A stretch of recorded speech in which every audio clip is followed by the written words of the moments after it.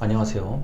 1인 가구에 대한 설명을 드리려고 합니다. 자, 1인 가구란 하나의 가구, 하나의 집에 한 사람이 산다는 얘기죠. 뭐, 법률적으로는 또는 행정적으로는 표현이 약간 다를 수가 있는데, 쉽게 생각해서 한 집에 한 사람 사는 게 1인 가구죠. 그러니까 엊그저께 통계 뭐 언론에 나온 걸 보니까 이제 600만 명 이상이 된다고 하는데, 우리나라 인구를 지금 5천만이라고 한다면 600만 명이라는 것은 결코 적은 숫자가 아닙니다. 그리고 저의 입장이 될 수도 있겠지만, 만약에 부모님과 같이 사는 동거 형태인데, 만약에 자녀가 부모를 부양, 모시고 살아야 되는 입장이라고 한다면, 독립을 하고 싶어도 못하는 분들이 저는 많을 거라고 예상하는데, 그러한 가구를 포함하고요. 현재 1인 가구 더하기 그러한 가구를 부모를 모셔야 되는 자녀가 있는 경우, 이런 걸 자녀가 부모를 모셔야 되는 경우에 가구를 포함하고, 자, 또는 자녀가 독립을 하고 싶어도 독립할 여건이 안 된다. 예를 들어서 돈이 모자라거나 없어서 독립할 여건이 안 돼서 부모님과 같이 살고 있다. 그러니까 이런 경우는 부모가 자녀를 그냥 키우는 거죠. 그 자녀가 몇 살이든 간에요.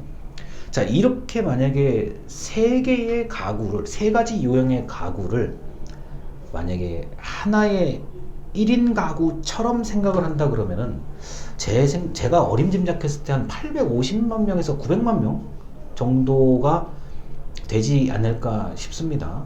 약간 이건 어폐가 있는 얘기, 앞뒤가 안 맞는 얘기긴 한데, 충분히 1인 가구로 살 수 있는데도 부모님하고 좀 같이 있어야 된다. 어떠한 이유라도 부모님을 모시고 좀 있어야 된다는 그런 사람들이 은근히 많거든요. 자, 반대로 난 정말 1인 가구 독립하고 싶은데 여건이 안 돼서 못한다. 이것까지 포함한다 그러면 유형은 딱 세 가지입니다. 이걸 다 그냥 광범위한 1인 가구라고 얘기를 한다면, 제가 볼 때는 1인 가구의 인원이 800에서 850만 정도 될 거라고 감히 예상해 봅니다. 자, 이렇게 된다면 우리가 이제 1인 가구에 대한 정책적인 대책이 있어야 되지 않냐, 이런 얘기를 할 수가 있는데, 현재 정부에서 이제 얘기하는 거는 이제 그 혼인율을 높여가지고, 혼인하는 사람들을 높여가지고 이것을 출산으로 좀 연결시키고자 하는 게 현재까지 정부의 어떤 나름대로 대책 아닌 대책인데요. 그것도 물론 맞는 말입니다. 아주 자연스러운 건데, 1인 혼자 사는 게 편하다. 어떠한 여건이든지 난 혼자 살 수밖에 없다. 나는 결혼이나 동거를 하지 않고 나는 그냥 한 집에, 내 집에 그냥 나 혼자 살겠다 라고 하는 분들이 지금 많아지고 있는 관계로, 그리고 청년들, 흔히 말하는 20대 청년들도 나는 혼자 사는 게 나쁘지 않다. 어떠한 이유로든지 나는 내가 혼자 사는 게 최적화, 이게 불만이 있고 어쩌고 좀 불편하고 여러 가지 외로움이라 등등등 스트레스를 받는다고 하더라도 현재 상태가 최적화되어 있다 그러면 그게 1인 가구인 거죠. 그래서 1인 가구에 대한 정책, 대책이라고 할 게 뚜렷하게 나타날 수 있는 게 별로 없어요. 근데 그 사람이 어떤 식으로든지 행동을 바꾸고 마음을 바꾸기 전까지는 정부에서 아무리 돈을 주고 뭐를 하고 뭘 한다고 하더라도 1인 가구의 패턴이 크게 바뀌지는 않을 거라고 봅니다. 그리고 보통 이제 40살에서 40대 중반을 기점으로 이제 생활 패턴이 고정되기 시작해요. 내가 지금까지 현재까지 사는데 그냥 괜찮았어 그러면 안 바꾸고 그대로 갈 확률이 높습니다. 우리가 습관을 함부로 한꺼번에 바꾸는 게 어렵듯이 그 패턴이 그대로 갈 거예요. 가뜩이나 지금 주거 문제, 집 문제가 이 만만한 문제가 가장 큰 문제거든요.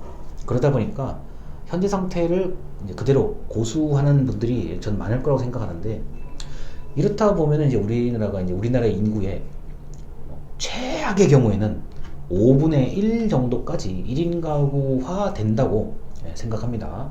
그리고 앞으로 10년 뒤, 20년 뒤에 고령화, 우리 어르신들이 굉장히 많이 늘어나거든요.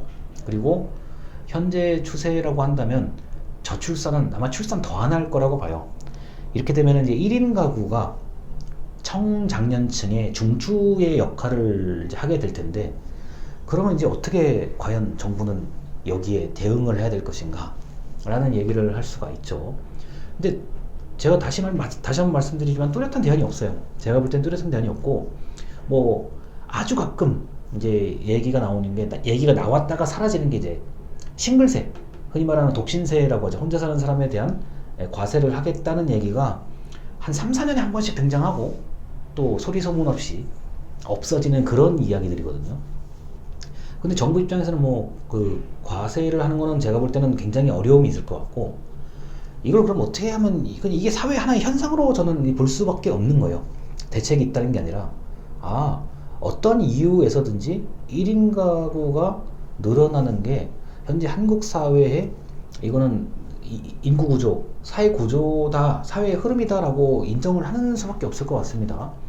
이걸 뭐 바꾸려고 한다고 바꿔지는 게 아니거든요. 자, 그러다 보니까 1인 가구에 관련된 기업의 어떤 그 제품과 서비스가 굉장히 많이 특화되기 시작했죠.